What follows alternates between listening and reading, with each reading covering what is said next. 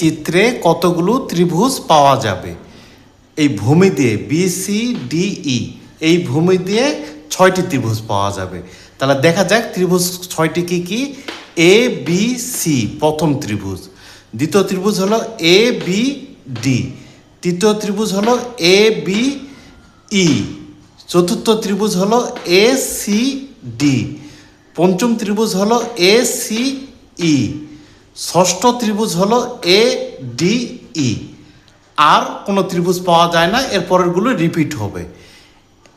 এরপর উপরের অনুভূমিক রেখা বরাবর JEGHIK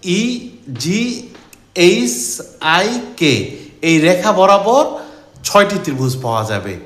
AFG 2 নম্বর ত্রিভুজ হলো AFH, 3 নম্বর ত্রিভুজ হলো AFI, 4 নম্বর ত্রিভুজ হবে AGH, 5 নম্বর ত্রিভুজ হবে AGI, আর 6 নম্বর ত্রিভুজ হবে AHI।